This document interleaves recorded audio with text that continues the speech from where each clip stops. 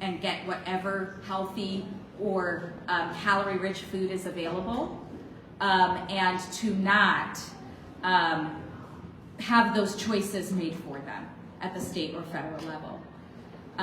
You are going to hear from mostly policymakers who really join all of our advocates, our Hunger Free Coalition. Is that what do we call you?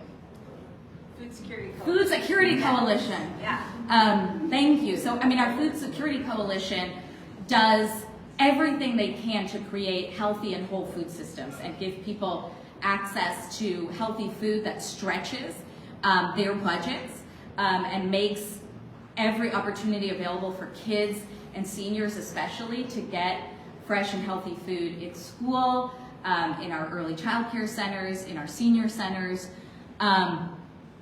That is work that should not be impeded or attacked by a system trying to decide what's good for people. We are grateful that Governor Scott has paused his effort to restrict SNAP benefits due to the lawsuit that Vermont Attorney General is a part of, to try and recognize that these restrictions are an infringement on people's basic rights to access food and make the choices that are available to them. We hope the governor will extend that sense of relief and reverse course on trying to implement those restrictions on food assistance benefits for Vermonters.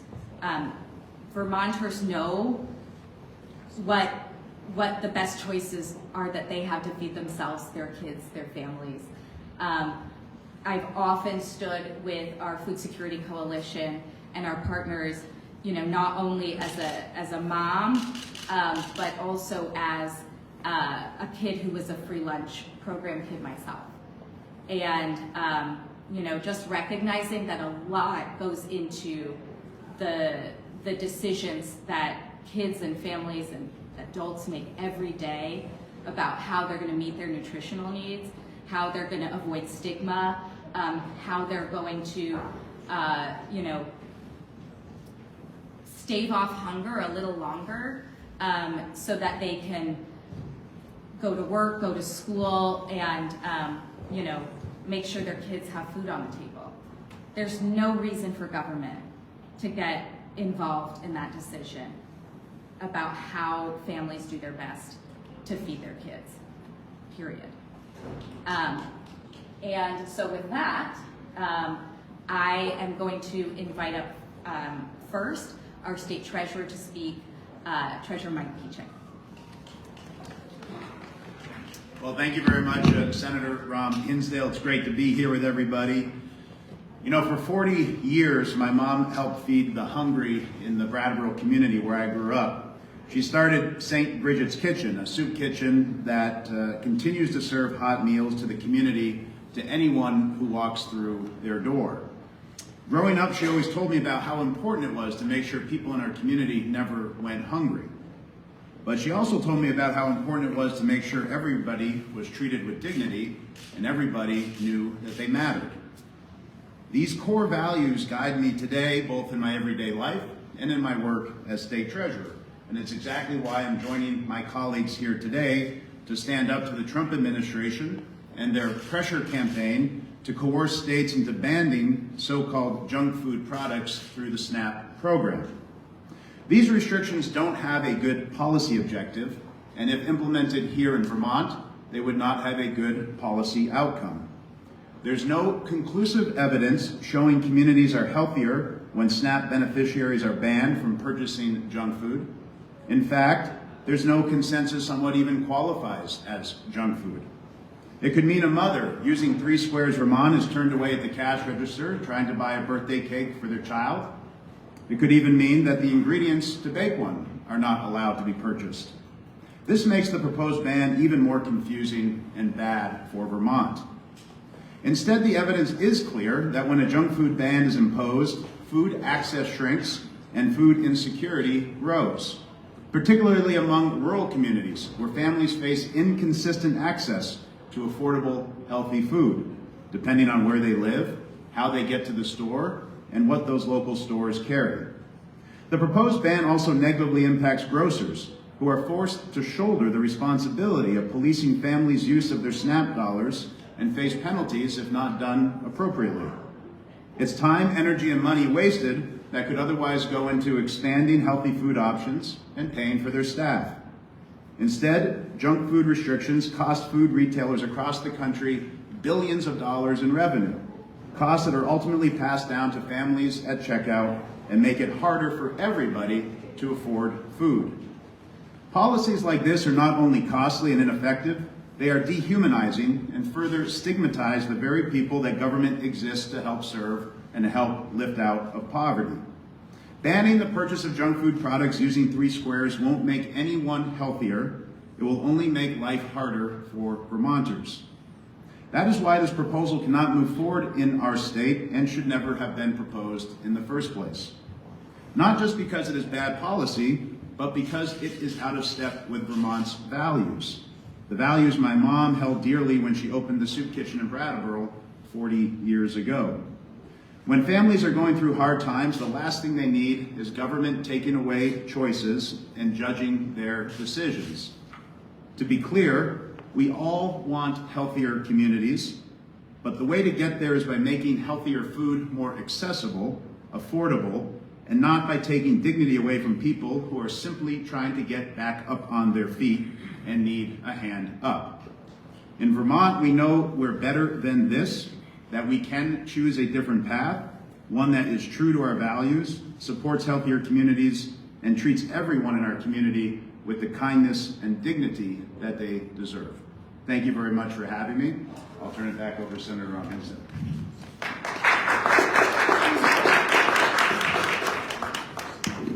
I want to emphasize that this is a multi-partisan coalition of folks, that hunger is not a partisan issue, and that many of us across the political spectrum join in asking that we not preemptively bow to President Trump's campaign against poor people, and that we really recognize that this has not only been a campaign to limit access to certain types of food, but we have seen cut after cut to this program, people feeling threatened with meeting this very basic need of access to food.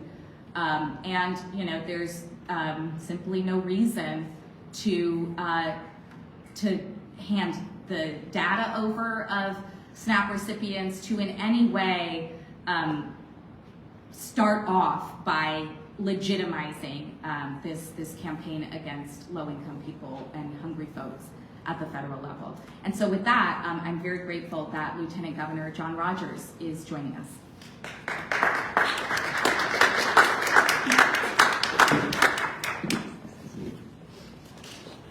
Thank you, Senator. I'd like to start by thanking the NOR and Hunger Free Vermont, as well as the other community service providers for all the work they do in our communities and for inviting me to take part in this press conference. As the effects of our federal changes to SNAP and Medicaid roll out across the nation, there's one thing that is essential, and that is that all eligible Vermonters are able to stay enrolled and continue to receive the benefits that they deserve. These benefits are Vermonters' tax dollars that come back to the state and help feed and provide health care for eligible Vermonters. SNAP dollars are spent at local grocery stores, and Medicaid dollars are spent at local health care facilities. And these dollars are essential for keeping those services in our community. It's essential that there are benefit assisters in every community to be sure that no one who is eligible loses their benefits just because they can't get the paperwork filled out. The Vermont Community Service Provider Network stands ready to help the state of Vermont and Vermonters who need assistance. For me, the bottom line is that no Vermonter who is eligible should lose their benefits for food or health care, and I will do everything in my power to make sure no one goes without. Thank you.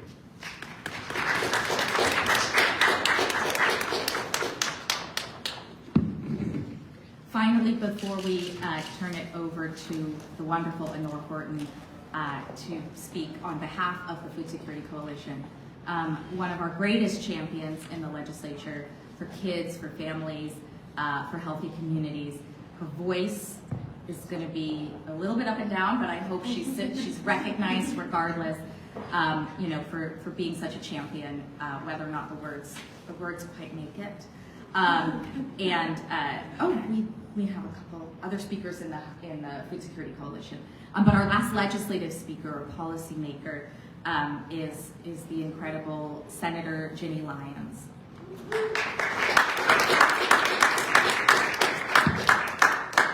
It's so difficult to add to what everyone has said today. SNAP benefits are key for keeping people alive. We know that people work 2 and 3 times, 2 and 3 jobs just to make ends meet, and SNAP carries them through. You know, recently, Vermont was identified as #1 in the country, the #1 green state.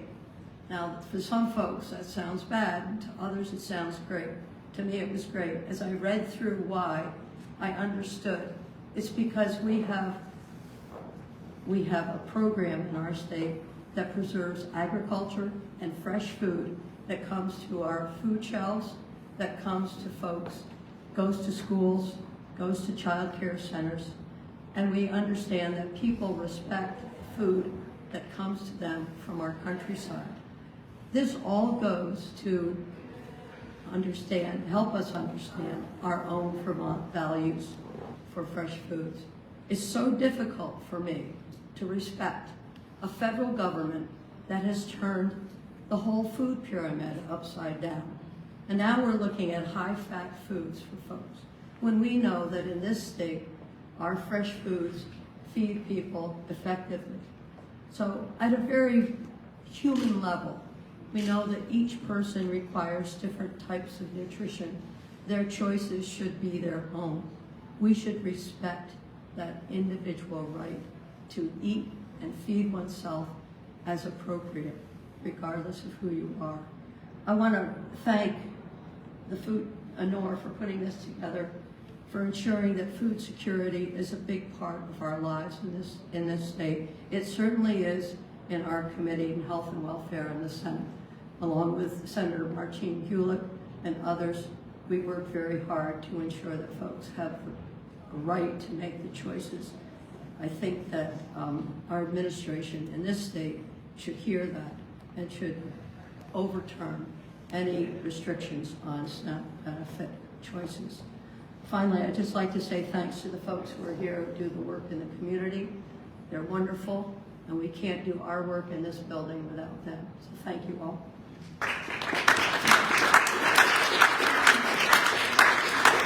And certainly to underscore that last point from Senator Lyons, we have a brief lineup of speakers who really make our work easy to support that food system. I think a majority of us look at the budget and the work of our committees and say, we're going to feed kids and feed Vermonters, and then what? And that's all possible because of an incredible system they've created to get food to our communities and to work as hard as they can to end hunger in Vermont. And with that, I'd like to invite up Emmett Mosley from CVOEO's Feeding Champlain Valley.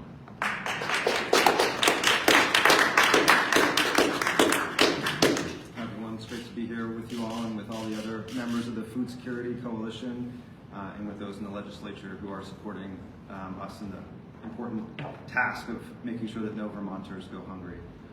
So I work at Feeding Champlain Valley. That's a network of 4 food pantries across 4 counties in northwest Vermont. We're the largest direct service hunger provider in the state, serving about 15,000 people a year. And every visitor that comes through our door, we have a conversation about 3 squares, about SNAP benefits. Because even though we're producing tens of thousands of meals, we're giving away literally millions of pounds of food, we still regard SNAP and 3 squares as the single most important food security solution that currently exists. Now, why is that? Because I think as much as we endeavor to provide a full, wide array of foods that are culturally relevant and desired by all of our clients, we know that there's simply no way to match the experience of shopping in a normal grocery store alongside your neighbors and being able to shop simply according to your own tastes, your own cultural preferences, and indeed your own medical needs. So because we have these conversations with our clients every single day, we're kind of a bellwether for policy changes at the federal level. And man, these conversations have gotten pretty wild in the last 12 months. And I've been doing this work for 15 years, and I think this is probably the single, in a 12-month period, this is the single most difficult time that I have been in the field. So, we started off by having the unprecedented delay of SNAP benefits, the first time in the history of the entire program that people did not receive their benefits in time. Then we've seen onerous work and paperwork requirements that have been handed down to many Vermonters who rely on SNAP benefits. That's additional sort of administrative work that they need to do every single month just to stay, receiving their benefits. And I think it's in that context that you have to see this so-called junk food ban as taking place. I think the ban, should it proceed, would simply be one more message to low-income Vermonters that the program that helps them put food on their table every month and feed their families is not valued by our policymakers. And in the first two examples I gave, our state government really stepped up. They put their shoulder to the wheel for food security. They guaranteed SNAP benefits. They have worked to blunt the force of the new work requirement rules. So it's really disappointing to see that it's our own state government that is proposing the so-called junk food ban now.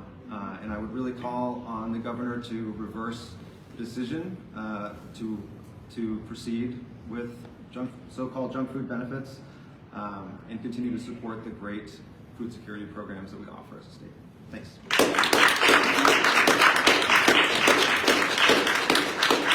Thank you, and we certainly can't forget our farmers, who are the bottom of the food pyramid, so to speak, and the foundation on which we do all of this great work. And on behalf of NOFA Vermont, we have Johanna Doran speaking.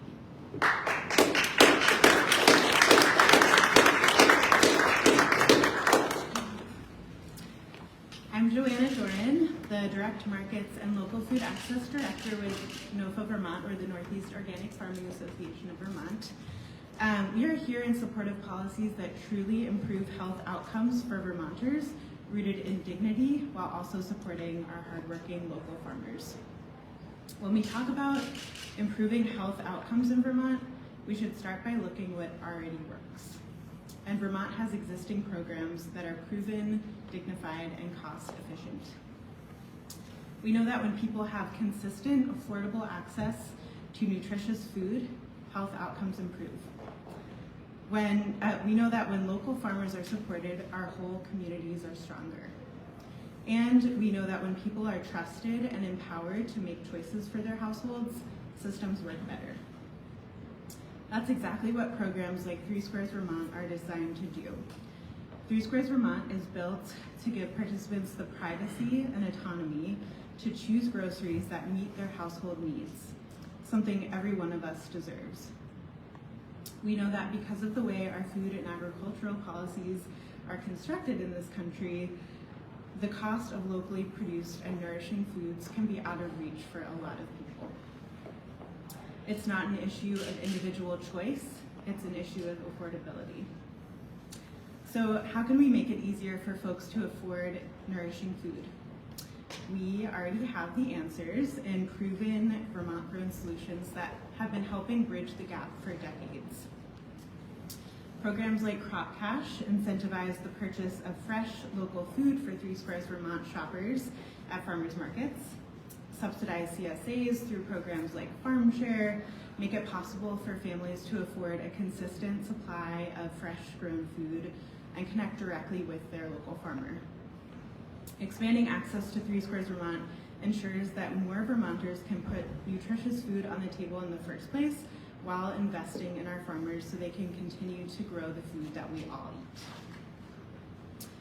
So many people who have used the Crop Cash and Farm Share programs over the years have shared with us how they had never before been able to afford so much fresh food and so much healthy food.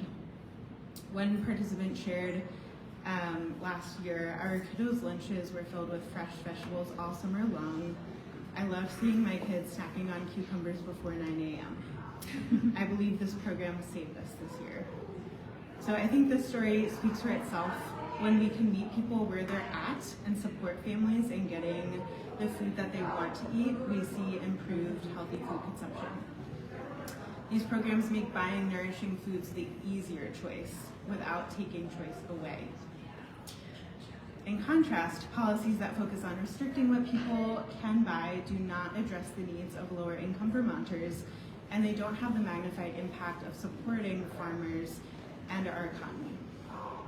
These restrictive policies risk increasing stigma, adding complexity, and making it harder, not easier, for families to access healthy food. And they move us away from the dignity and trust that should be core to any public program. The state of Vermont and many legislators here have shown that they can invest in programs that strengthen the health of our communities. These solutions are grounded in evidence and are aligned with our values.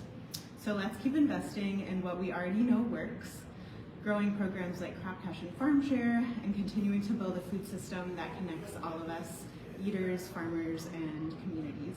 Thank you. Thank you. So to close us out, before we open it up for questions, we have the fearless leader of our Food Security Coalition, Honor Horton from Hunger Free Vermont.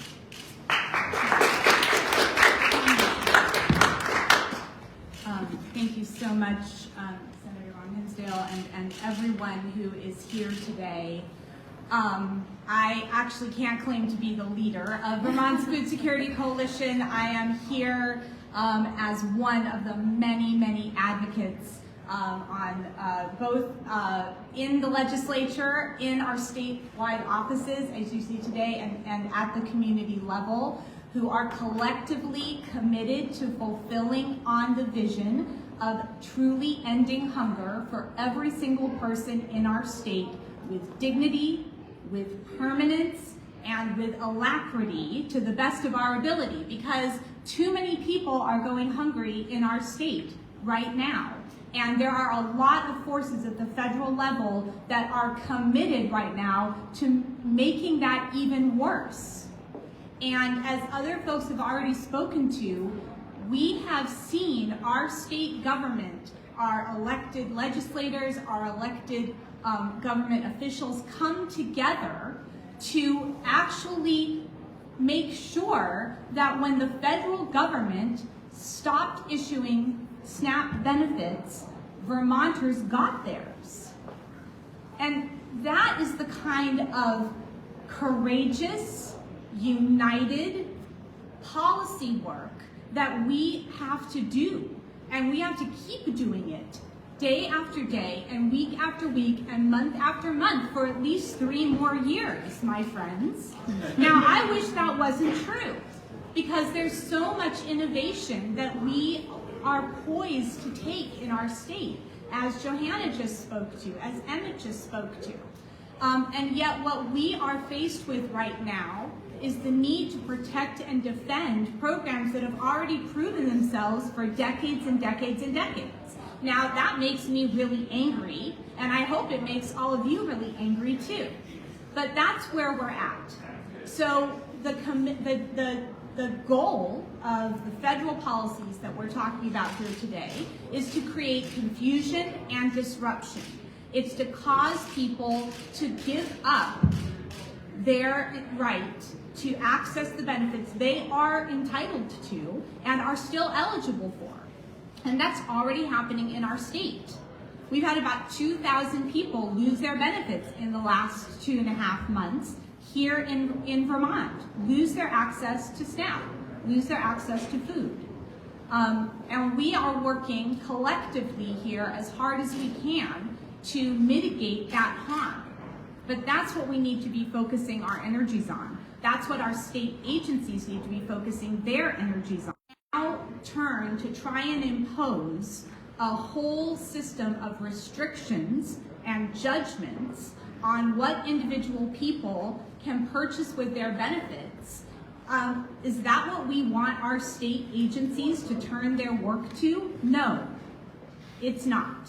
What we want is for our state government to stand up here with us and work to making it easier for people to access the benefits that they're eligible for, that they've paid for with their tax dollars, and that they're entitled to. And I want to say a word about the one group of partners in this effort who weren't able to join us here today, and that is our grocers.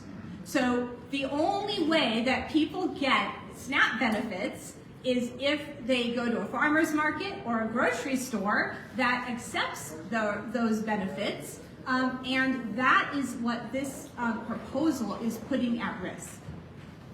SNAP only works, Three Squares Vermont only works in Vermont because of the over 600 SNAP authorized retailers in our state, and we thank them because it is not easy to administer SNAP at the checkout line. It's hard, and we have a lot of small independent grocery stores that are really struggling right now. And this will impose millions of dollars of additional costs on them as well. It could even shut them down as SNAP retailers if they make a mistake with these new restrictions at the checkout line. And it asks them to become police to their own community members in that checkout line, and that's completely unacceptable. So all of us working together, our farmers, our grocers, our community service providers, our legislators, our statewide elected office holders, and our state agencies. It's going to take every single one of us working together to get us through this hunger crisis that we are in. So that's what we need to focus on, and I thank you all for joining with us in this effort.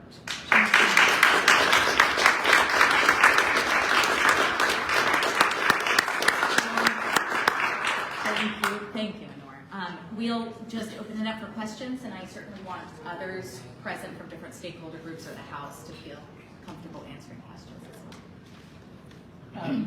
Could you just, maybe this is maybe for you or Honor, I'm not sure, but just what's the current status of like where the administration across the hall is at right now in pursuing this waiver? Like, do we know where it's at?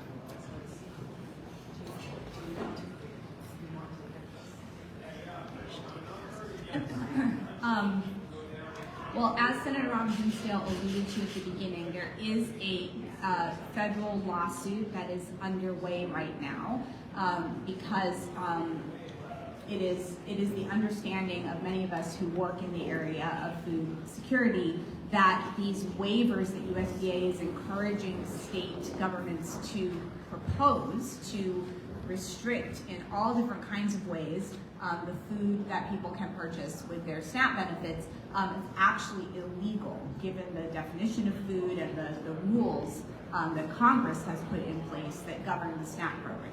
So we have been given to understand by the governor's office is that the Scott administration is pausing their process of determining how they're going to write this waiver, what's going to be included. We haven't been told any of that at this point while this lawsuit moves forward. However, we're not waiting. We are here today to say that this process needs to be put on permanent pause, and we need to focus instead on making sure that everyone in Vermont has the food they need to stay alive and thrive. I guess following up on the waiver, I mean, is there any way that the governor's office could create a waiver that is somehow a compromise on, like, you know, the limitations of, like, allowing some purchases of specific foods? I might try to answer this question just as a tax nerd, actually. So, you know, first I would say the other reason that legislators and other statewide office holders felt so compelled to do this is because we haven't had a role otherwise in these decisions. You know, these are decisions that should otherwise be vetted fully so people understand what is at risk. And when it came to multiple decisions with the SNAP program, releasing data before other states joined in, trying to either recall or not release that SNAP beneficiary data. And then in this case, with the restrictions, there could, a legislative process of some kind could illuminate all of the challenges with trying to implement something like this and the negative impact that it will have on Vermonters. But if you're a tax nerd, we've had this conversation before with the grocers, with our partners in trying to end hunger when it comes to trying to tax junk food. And if I had my props here today that I use when I go talk to school children about this exact issue and tax policy, we define junk food a lot by what is lobbied for at the federal level. So one of those things that's been lobbied for at the federal level is that nothing that has wheat in it can be considered junk food. I'm doing this because with students I'll hold up a bag of Twizzlers and a bag of Butterfingers and say, which one has wheat in it? The Twizzlers have wheat in them, not the Butterfinger. So the level of detail that would need to be achieved to get this right and to not put our families, our grocers, and everyone else who's part of our food system in an impossible situation, that level of detail simply cannot be achieved without causing a lot of harm and disruption and unfair practices in our system. So, I think that's why legislators particularly have wanted to have our voice heard now, because when we've been asked to consider any policy around what food is appropriate or should be available or should be taxed at a different rate, we've realized that that's simply not a decision that is a useful one for us to make. Just to your question, James, about compromise, this building is filled with compromise. We're always eager for compromise out of our office, try to find things that are bipartisan and unanimous. But as you heard from all the speakers today, the fundamental issue here is dignity. And on that issue, there cannot be compromise. So I think fundamentally, there's not an opportunity here for that. I went really nervous. Any other question? And I guess, is there not some level of good intent here to promote healthy living? I think it's been really established, but I think the intention, granted it's a very aggressive policy, but is there not some good intent here to promote healthy living in the US? It's a great question, James. I think we're 16, 17 months into the Trump administration, and the one lesson that we've learned is anything that generates from the Trump administration, it's often rooted in something that we don't want to follow, and when we do, that's when we get off our path and off of our values. So this is a process that originated within the Trump administration. It's hard to imagine that it's something that is useful for us to consider as a legitimate, intentionally good and policy objective. So that's from the perspective I view it. Every time we've gone down the path of trying to take the Trump administration at their face or assuming there's some good value in it, we get off course.